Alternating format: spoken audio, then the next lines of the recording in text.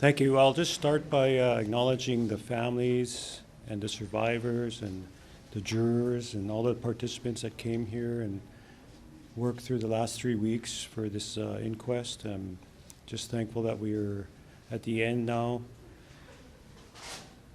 One of the things that highlighted the 3 weeks, the recommendations, was in regards to First Nations policing. As you know, First Nations policing in Canada is not funded by the Government of Canada. Each First Nation is basically at their own wills to find a way to fund their police services and their security services.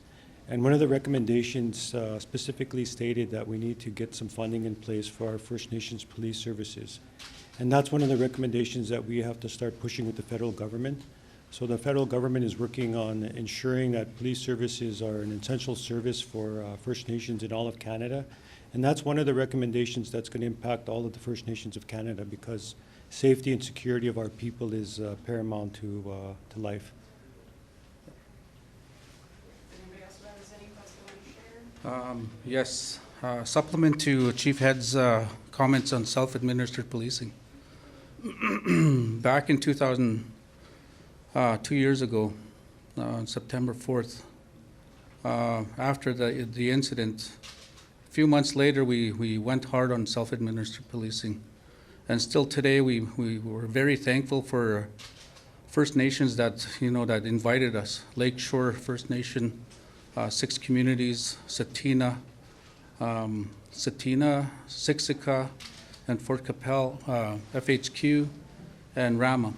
With all the First Nations that provided the information, that what the knowledge that they have and what we're trying to implement, and also look at it in a fundamental way where it's suitable for our First Nation to move ahead and gain that momentum on self-administered policing.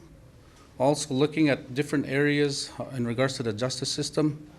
A lot of this entails a lot of things that really has to being looked at, especially with First Nations and non-First Nations, because I think we're kind of clashing in regards to this, it should be this way or that way.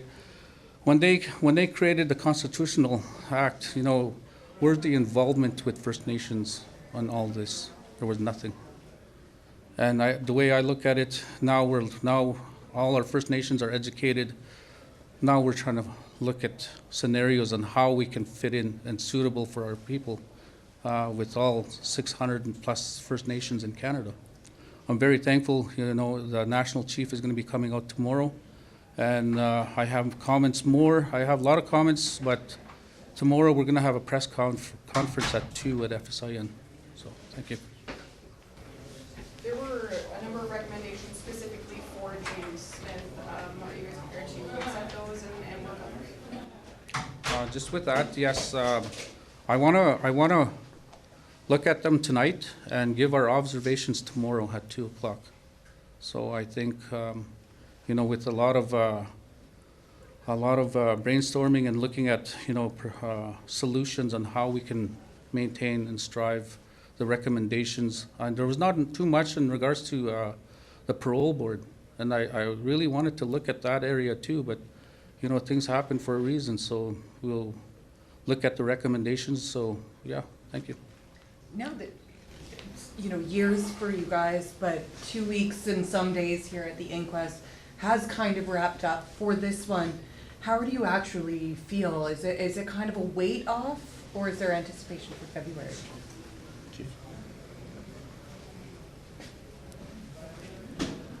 I think the whole community is feeling better, because a lot of the families, the survivors and the families of the victims, they had unanswered questions on the timeline, like how could one person do this? Like that was the number one question. How could they get around so many different areas and attack so many different people so quickly? But all the facts came out in the presentation by the RCMP, and we were able to determine, that he drove here and he drove there and he ran here and he ran there, and it was apparent to the families that it was possible, that it did happen, and it was one person, and that gives closure to the family so they can move on to the acceptance part of the loss. You know, when people lose a family member in any way, it's very difficult, and there's always going to be negative feelings, and there's going to be heartache, and there's going to be pain, and they're going to wonder what happened and why did it happen, and they're going to question the authorities, and that's what this whole inquest is about, is finding the facts and helping the families to accept the loss and to move forward in a positive way. Thank you. Were there any recommendations to other departments that stood out as ones that you were looking for? Obviously, there wasn't a lot on funding for Indigenous policing, which you had spoken about. Or were there any other recommendations that you had been looking for that you saw there on the paper? Can we answer that tomorrow? Yeah, there's 29 recommendations, so we have to go through them one by one and, you know, see what each of them mean and how it would impact the First Nations. We have some homework to do. You said at FSIM, would that be here or would that be in Saskatchewan? Saskatoon. Okay. Yeah. Yeah, 2 p.m. Tomorrow afternoon, so you guys are all invited. Yeah. At the FSIN Yeah. building? Yeah. Okay. Yeah. National Chief will be present too. Yeah. Perfect. Thank you. Thank you. Okay. Thank you all.